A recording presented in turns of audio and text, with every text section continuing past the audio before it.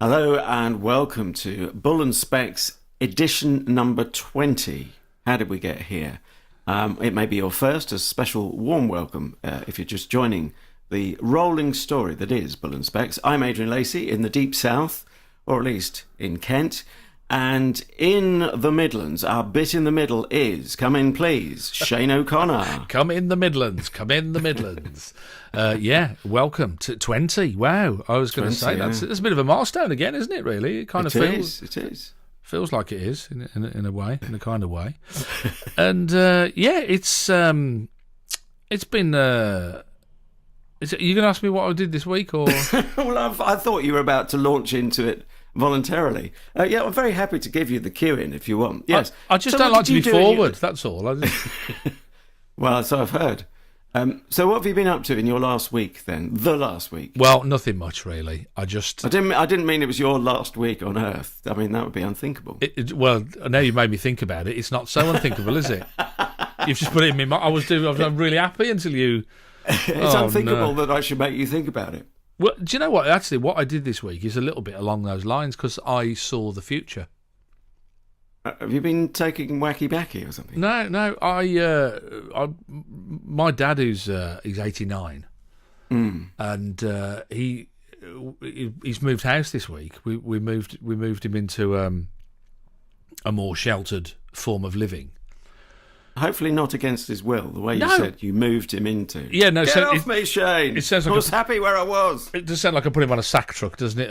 And wheeled him around. No, I didn't. No, completely with his will rather than against it. Right. But he basically got like a little bungalow, and the garden was getting a bit too much for him, and cutting lawns and all that sort of stuff.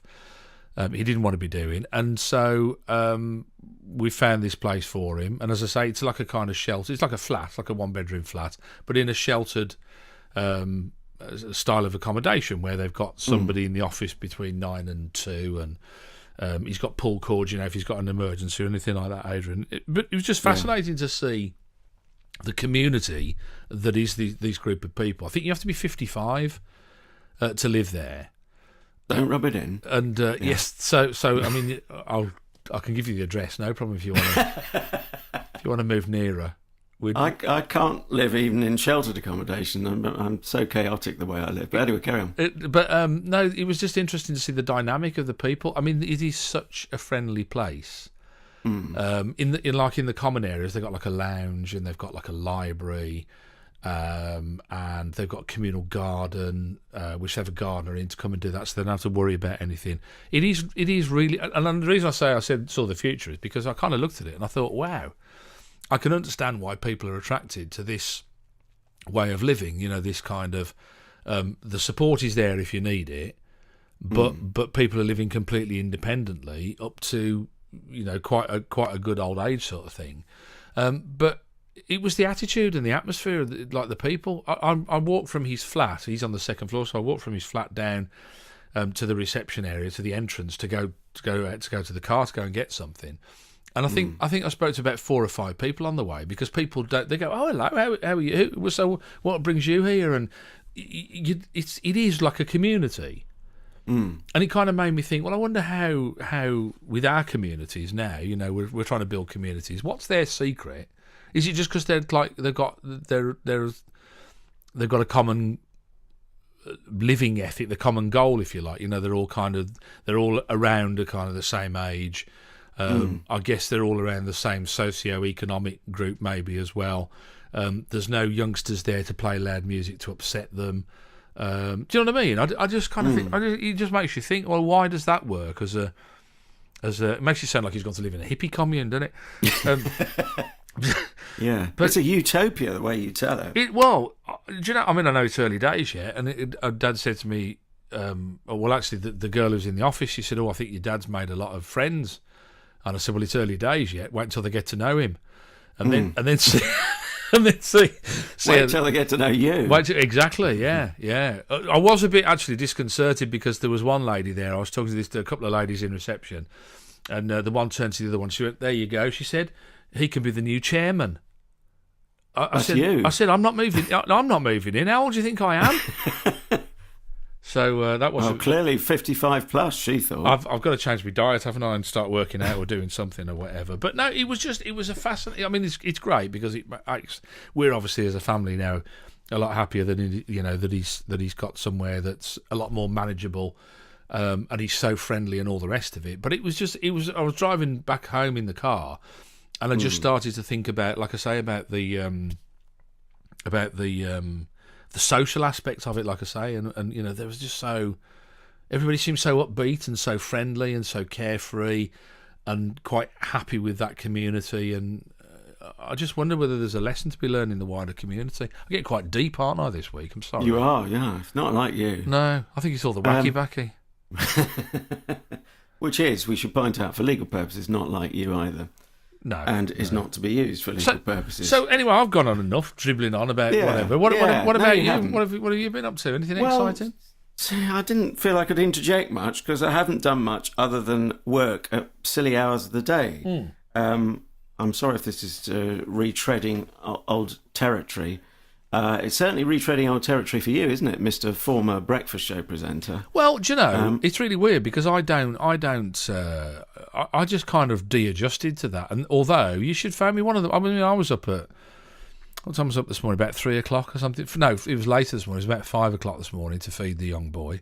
I was up at 3 o'clock the day before and about 2:30 the day before that. So I kind of still, although it's different because you get up and you think, well, I can be back to bed in an hour, and you get back in and it's like, but yeah, I never, although I'm not a morning person, I never really minded it. Do you struggle with it? I do struggle, but people ask me, do you ever get used to this? I say I don't get used to it, other than I get used to the fact it's never going to get any better. That I don't think there's going to be some magic day where because I'm not very good at getting to bed early, and even if I did, I'm not sure that I would fall asleep early enough.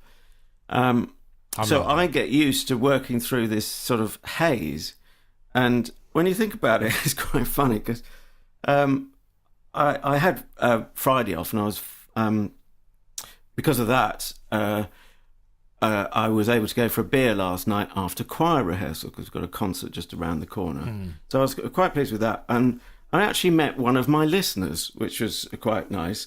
I'm not a presenter on the show, but I did actually edit some audio.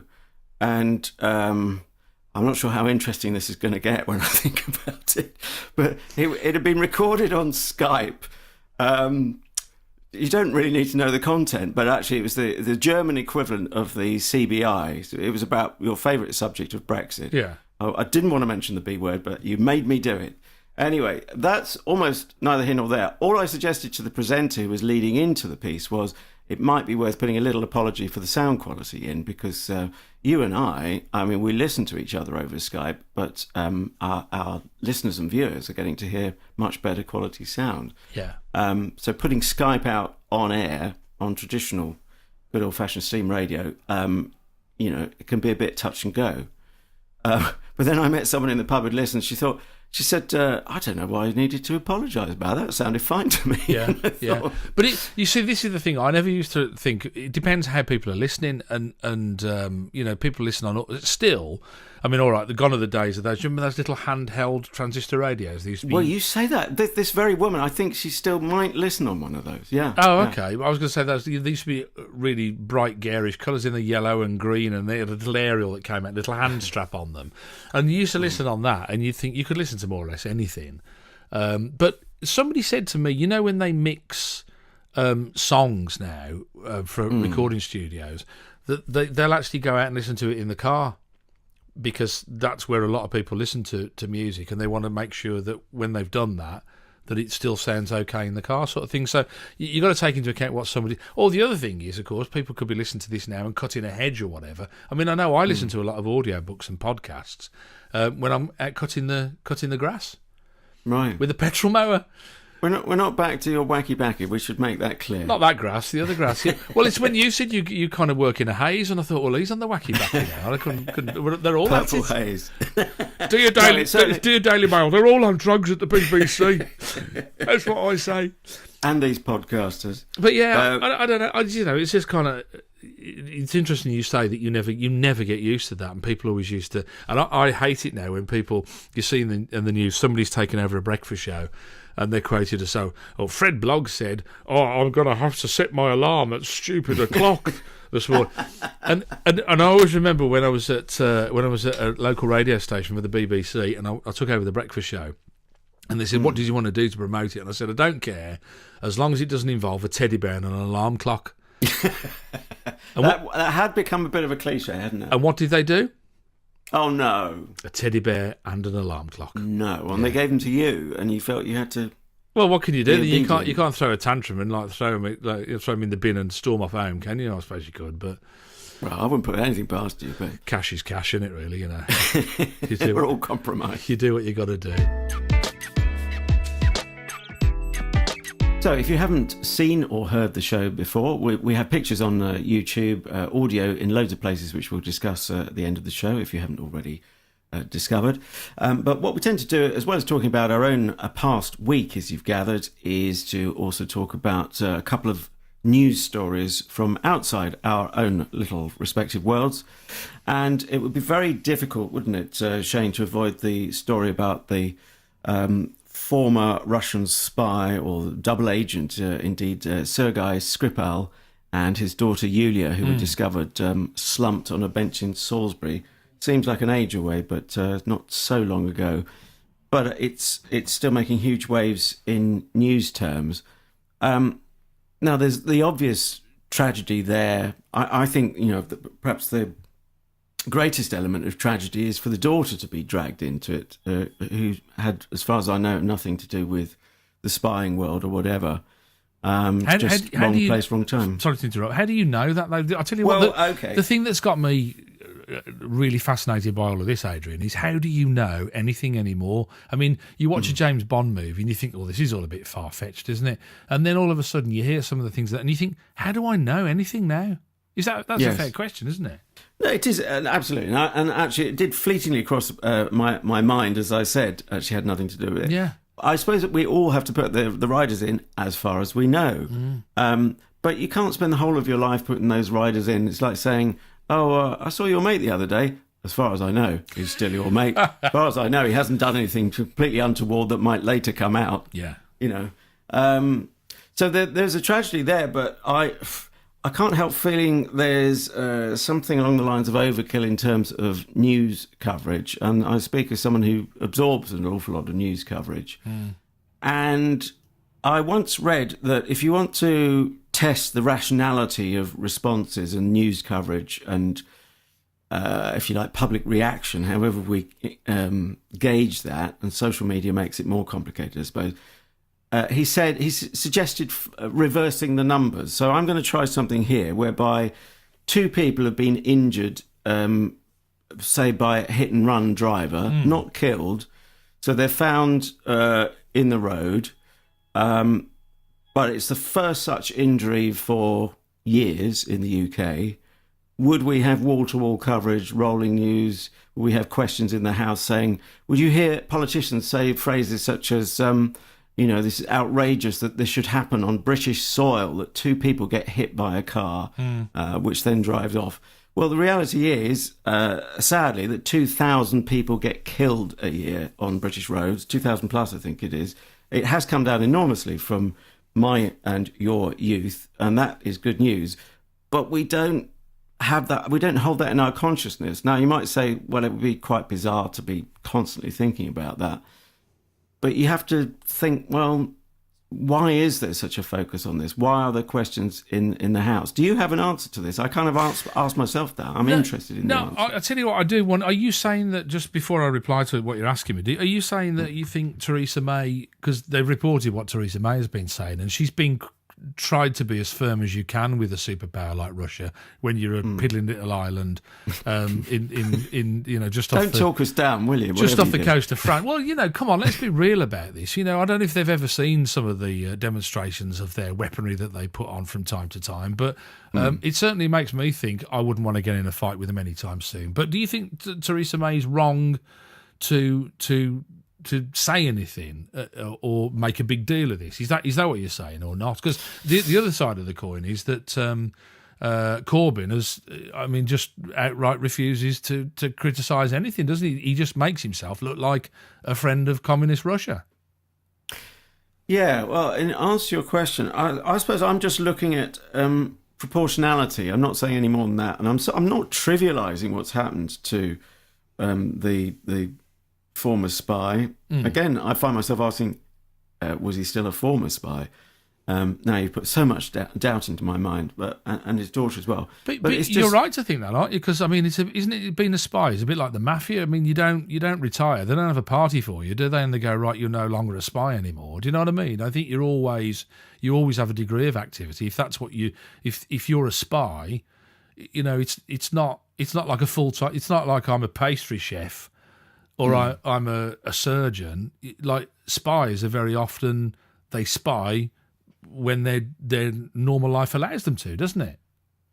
Very often they have other jobs. Yeah. Don't they? Oh, yeah. That's that's their cover, isn't it? And that's how they get into situations where they could be diplomats or ambassadors, or they're in situations where they can actually get information. So the idea that you can be a former spy in itself is a bit. I think is a bit weird. Anyway, yes, to try and address your point in as much as my brain can recall what the question was. You were coming at it from the angle of we're not a superpower, very very obviously. Sorry. No, I was just going to say whether Theresa May is. See, I initially, when I said that she'd seen all this, and I thought, well, that's maybe it's a bit like standing up to the big bully in the playground. I don't know, but what really weirded me out, if that's a phrase I can borrow from the Americans, is it seems to have united Europe. Oddly enough, and America. Yes. And that's the thing that I find really weird, Adrian, is that Trump's on board, Merkel's on board, all of the European leaders are going, oh yeah, well done, Teresa. We're all behind you. And I'm thinking, is this what it takes to get a bit of unity in the world? Well, maybe this is. It's becoming the theme of this show, isn't it? Talking about the cohesive society that your dad's just moved into. Yeah. What unifies people? Sometimes it's having a common enemy, isn't it?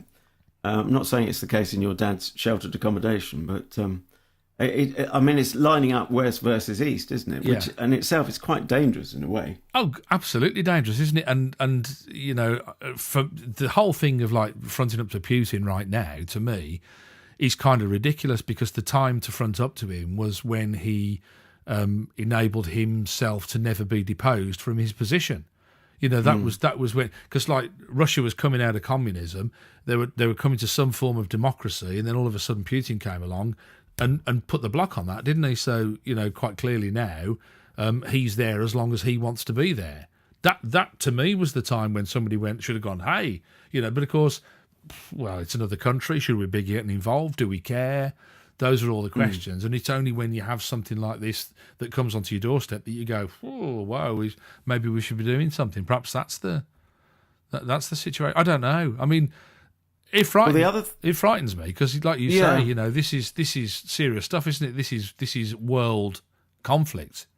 Yeah, writ large. I mean, there's no question about it. And well, it comes back to my question of proportionality. Is it really worth it over two lives? Obviously, if it was your life and my life, we clearly value our lives. Again, trying not to trivialise that, but yeah, it has got somewhat out of hand. I did hear a Russian woman who lives in London. She was saying how she went to her local gym. She mentioned David Lloyd. I assume it wasn't David Lloyd George. I think it's her local gym. And she said she heard people talking about war. And she said, come on, this is crazy.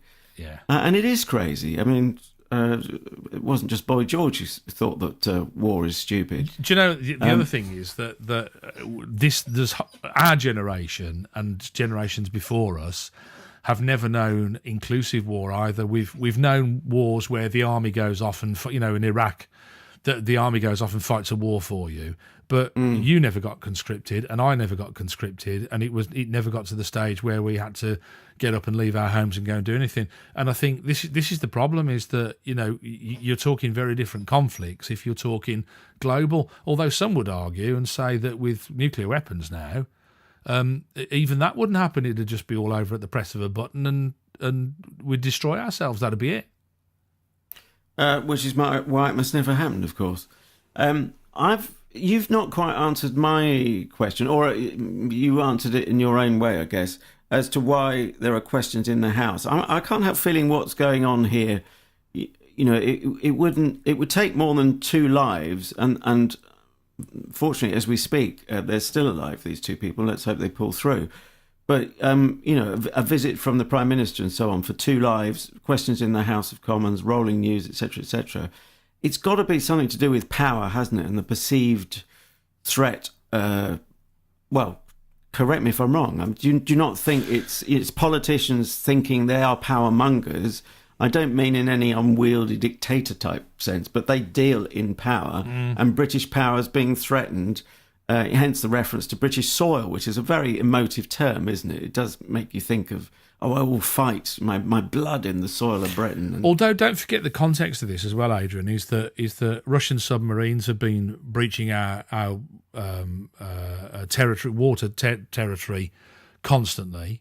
The Russian Bear aircraft have been contravening our airspace constantly and having to keep being escorted off as well. So the context of this isn't just those 2 people, is it? It's about what the Russian government are doing constantly, and it's a death of 1,000 cuts, isn't it? This is just another in a long line of breaches. And the really odd thing is, and I thought the most sensible suggestion so far was for them to not be involved in the World Cup, because as a signal that they are doing something wrong on the world stage. It's a shame the Winter Olympics have just gone, in Sochi, because that would have been a really good signal to people as well in Russia to say, your government, your country are not behaving. Why have we been thrown out of the World Cup? That's a difficult one to explain to your own people. It might seem trivial, but I think it's, you know what I mean? I think when you have to explain that,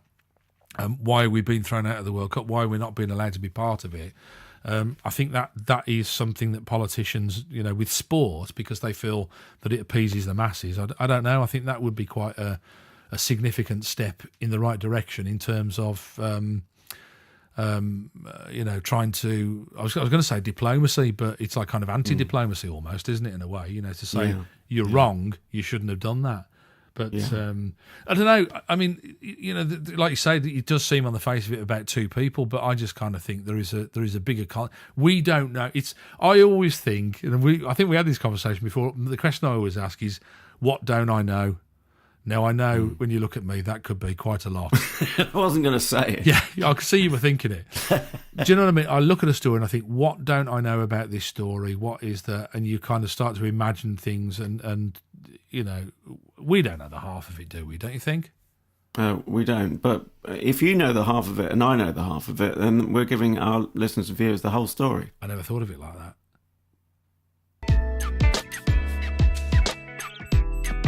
You're listening to episode 20 of the Bull and Specs podcast with me, Shane O'Connor, and him, Adrian Lacey. Big story for me, Adrian, this week was the shock news that quiche is in and pork pies are out in the UK inflation goods basket as they change it for 2018.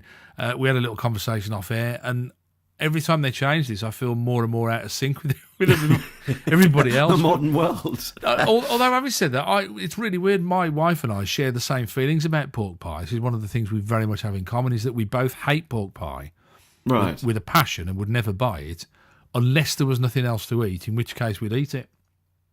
Right. Well, I haven't eaten meat, or certainly not intentionally, for over 30 years. I quite liked pork pie at the time. It was a bit of a treat, but I used to always overdo it. It'd get to the point where I've had enough now. Or actually, I'd had enough half an hour earlier. Yeah, I think if you're worried about eating meat, I think you're pretty safe with most pork pies in this country, to be honest with you. But there's no meat, is there? I don't know what the hell they put in it, but I'm not sure it's any meat. Yeah, it's interesting, isn't it? Like the quiche. I mean, I love a bit of quiche, me. I must admit, I'm quiche me quick. It quiche me quick. Yeah, I'm always hanging around the deli, seeing one I can snaffle. But quiche was always associated as being down the posh end of the deli. Am I wrong in thinking that? I don't know. No. It's well, maybe we're we're getting a pain in the back of our neck looking up to the people eating quiche. Yeah. Yeah. I know my place. I'll have a pork pie. Well, we should say for our friends in the north, not being remotely patronising, of course, they call it. Do you know what they call it? Well, you must do because you're closer to the north than I am. What they call what? Pork pie in the north. No. Stand pie. I've never heard. I was going to say I'm nearly 50. I'm over 50. I don't know where I said nearly 50 from. Denial. I've never heard that in my life. That's absolutely true. And I only know because my wife's folks are from West Yorkshire. And, they do weird things up there. They'll have Christmas cake with cheese. I mean, Oh, that's just dirty, isn't it? It's not right. It's not right. We've alienated all three of our viewers in the north. But, yes. Stand pie, S-T-A-N-D? Yeah, so much so that a song was written about it. Stand by me. No, that's a joke. But no, it is true. Awful. It's awful. Wish I'd thought of it. Yeah. But no, quite simply, it's put in shop windows. I think it comes from the fact that pork pie is on a stand. And so that became the story. I think. But it's definitely true that it's known as stand pie. You wouldn't say that was a sophisticated way of naming something, would you? That's... it's like calling a window, a piece of glass, a frame, because it's in one. Yeah. I don't know. Maybe that's where tap water came from. Who knows? I'll tell you the really scary one and the really frightening one, and I think I'm nicking a comedian's part of their stand-up here. Not for the first time. But you see, prepared mashed potato has gone in for 2018, which I presume they mean is that stuff in the packet. No, not for mash get smash. I think so. Surely Yeah, not. Prepared mashed potato must mean that. And I think, how bad does your life have to get that you can't boil some potatoes and then mash them with a bit of butter? You're sounding like the advert. Is that the intention? I don't know. I was gobsmacked. And they get their potatoes and smash them into pieces. They peel them with their metal knives. I know. I just thought that was really weird and a bit sad, really. Some of the stuff, women's exercise leggings, they're in the new basket. Matron. Girls' leggings. High chair. I'm really shocked that a high chair hasn't been in before now. Yeah, what have they been putting babies in all these years? In a bucket. On top of a stand next to the pork pies.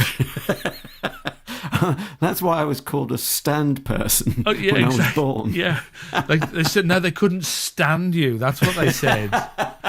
It was something completely different.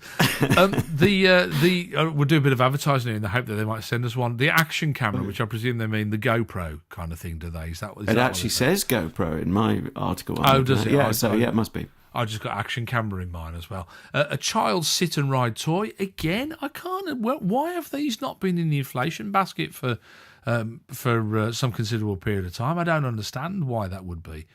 Soft play session. I don't even know what that is. That's what you'll be taking Frank to. Bouncy castles and all of that. It's like Wacky Warehouse and that kind of thing, is it? Where they do that? I don't know what you call it down your way. The ball pit, like in IKEA at the start of in IKEA, they have a thing in the IKEA, don't they, where you can leave your kids and just walk round. They're called trolleys, aren't they? No, you mean the crash? That's the car park. You'll get arrested for saying these. Don't worry, somebody will phone somebody and tell him he's there. Yeah, soft place. Oh, okay, yeah, all right then. And the one that I thought was great, the I don't know what you got on your list, but mine says cooked pastry-based savoury snack. Do you mean that code for a sausage roll? Yeah. Well, pasties would come into that, wouldn't they? Oh, okay. It's a pasty, is it? All right. I thought it was a sausage roll. I was going to say, if you mean sausage roll, man, say sausage roll. Let's not mince words. Pardon the pun. And the one that's really telling nowadays, the television 39 to 40 inch or larger. And you kind of think, yeah, well, that's that every house. I remember somebody telling me a while ago, and they said, oh, it's how tough things were economically, and I had to take something back to Curry's. And I stood near the doors at Curry's on a Saturday, and I'm not kidding you, it was like every 3 minutes a giant flat screen telly went out the door. And I thought, well, somebody's got some money somewhere, either that or security's pretty lax around here. So I grabbed myself a 44-inch and legged it. And you realised security was very tight. Yeah. What about some of the things that have gone out? We mentioned pork pies. Have you got some of the things that have gone out there as well that have left the inflation basket list? Well, the status symbols of old here, such as expensive cameras and camcorders, have been replaced by smartphones, of course. Oh, yeah. We don't use camcorders anymore, do we? Hardly. Yeah, it's a shame. I'm saddened by the fact I don't dust off my SLR camera. Not an amazing one, but it's just it's the convenience and the integration of the smartphone, isn't it? Yeah, why would you? If you can just whip it out your pocket, as they say. Excuse me while I whip this out. Stop it. Then, I thought you were quoting another stand-up then. Yeah. No, that was Blazing Saddles, isn't it? Excuse me while I whip this out. And the other thing on what's come out of the 2018 list was peaches stroke nectarines. Are they the same thing then? Peaches stroke nectarines? I've never learned it. Yeah. Oh, you peaches, leave those nectarines alone, you dirty little fruit. What are they the same thing? Do you know? I don't even know. I no, know. That's. Are you winding me up or? No, I swear to God, a nectar. What is it? I wouldn't know a nectarine. You would be able to tell in the lift. Even if your eyesight failed, you could tell the difference between them because of the surface texture. I can't believe I'm saying this. Right. But peaches are furry. This is a bit like what's his face from Beyond the Fringe. Yeah, I know peaches. I am and smooth man. Yeah, I don't know nectarines are smooth. Oh, okay. You see, you forget. I had a really tough upbringing in Birmingham, and we were told when I was a kid that peaches were actually suede apples. They were too expensive as well. Yeah. So we couldn't afford the suede ones. We had to have just the ordinary ones. That was. Yeah. No, I'm sorry. I'd show my ignorance. But the area that I came from in Walsall, I went to the supermarket once, and I bought a grapefruit. And I swear to God, true story, the grapefruit came down the conveyor belt and the girl on the counter rang the bell, held it up in the air, and she went, "What's this?" She thought it was an outsized yellow-orange. That's yeah. Somebody's been messing about with the oranges again and pumped them up with the bicycle pump, yeah. Well, equally, I was in a shop in London, in a part of London you wouldn't have thought was particularly, neither sort of super-duper rich or super-duper broke. Yeah. But the guy at the till picked up my lettuce, and I'm not being filthy, and he said, "What is this?" Like he'd never had anything that was sort of remotely organic, or I don't mean organic in the sense of posh, but something that grew. And that's slightly worrying. He's probably got scurvy now. Yeah, because he certainly hasn't died from lettuce poisoning, has he? Overeating lettuce, that's for sure. No danger of that. Mind you, he might have the last laugh when we find what they've been spraying on lettuces all these years. And he's the one that's been avoiding them. Yeah. I know we were both gutted to see that a full leg wax has come out of the. Speak for yourself. Actually, I'm not so sure. Out of the cost of living. How do you take a leg wax out of a basket? I can't even get my head around that one. How do you do a leg wax with all those wires? That's what I want to know. Yeah. Well, exactly. Yeah, could catch. Edam cheese, which I always thought was a bit in the cheese world. I always thought was a bit of a novelty cheese. Edam. It was a bit like a joke cheese, isn't it? Don't you think? Even cheeses sort of snigger when they see it. Yeah, you cut it like first of all it's like a big red globe first of all, but then you cut a bit of Edam and you go, oh, it's a joke cheese made of rubber. You know, it's that kind of that sort of cheese. So that's it. So I'll be glad to see that gone. If this was Room 101, I'd be well happy to boot that one into touch. I love whenever I read an article online on a newspaper online. I always like to read the comments, and I have to say it's usually fatal. And this is in the Guardian. This is what a Guardian reader has commented on, and I think for once I'm in full agreement with this person. And they put prepared mashed potato. Is the true yardstick of a society in decline. How effing lazy do you have to be? I think that says it all, doesn't it, really? But someone's helpfully come back underneath that with another comment on that comment. How else is it going to get mashed? And so it goes on. People, obviously, with too much time on their hands. Yeah. Not enough distractions, I think. We've reached the time where my potatoes boileth over now anyway, so I think we're going to have to hit the road, aren't we, I'm afraid? And yes, I hope we smashed it. I don't know about you, I've got a full leg wax to go to straight after this. It's just fallen off the back of a basket. Yeah.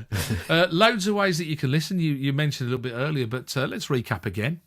Well, you can see us, should you choose to, at your own personal risk. There's no legal obligation on us to pay you any compensation for anything that befalls you. We're at YouTube, and just search for Bull and Specs, with the "and" being an ampersand, which I'm told is above the number 7 on your QWERTY keyboard. And in the same way, if you want to catch the audio, Spreaker, Stitcher, iTunes, and iHeartRadio, interestingly enough, I saw, went into Chapter 11 bankruptcy. Oh, no. This week. Is that because we're on it? They've got debts of something in the region of $300 billion, I was reading earlier. Yeah, and it all happened in the 20 weeks that we've been doing this podcast. How weird is that? No, I think they're all right. Chapter 11 is when you in America, I think Chapter 11 is when you file to protect your assets, isn't it? I think, or something like that. That sounds like a cheap nightclub's joke, but yes. It doesn't mean that you're going out of business, but we'll keep you posted on that one anyway. But at the moment, iHeartRadio is another way that you can listen to the Bull and Specs podcast. So in the meantime, thanks for being with us.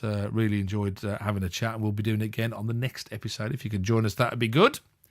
And do subscribe, please. And most of all, we'd value your recommendation to friends and family. Anyone you care about, who cares about podcasts, a recommendation is worth a million adverts. Failing that, until next time, if you want to send us any nice gifts, send him some nectarines, and I'll have a big Edam cheese, please. And a furry apple for him as well.